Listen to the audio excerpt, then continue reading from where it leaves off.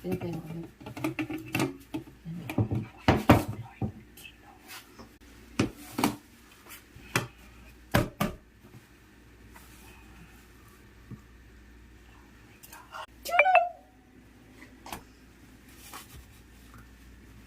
Sorry guys, medyo nasunog pala siya.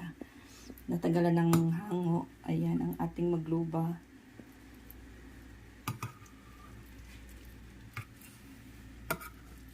Sunog pero masarap. Anong gagawin nila dyan? Umuusok-usok pa guys kasi dyan na. Nagpa-blur tuloy yung sunog. Yung ating maglubang sunog. Wait lang. Wait lang.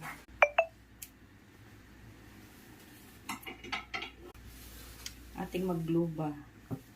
Magluba, guys. Ayan. Nasa ilalim yung kanyang chicken.